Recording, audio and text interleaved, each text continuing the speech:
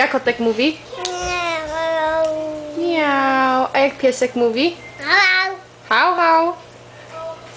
A jak lew mówi?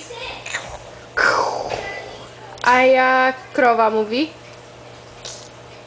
No, jak krówka mówi? Mu. A jak konik mówi? Iii. A powiedzieć tata? A powiedzieć papa?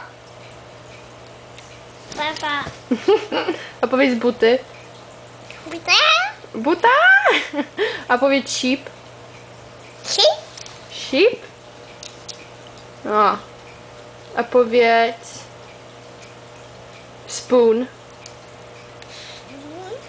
Spoon, tak. Spoon. A powiedz misia. Hał, hał. Powiedz bye.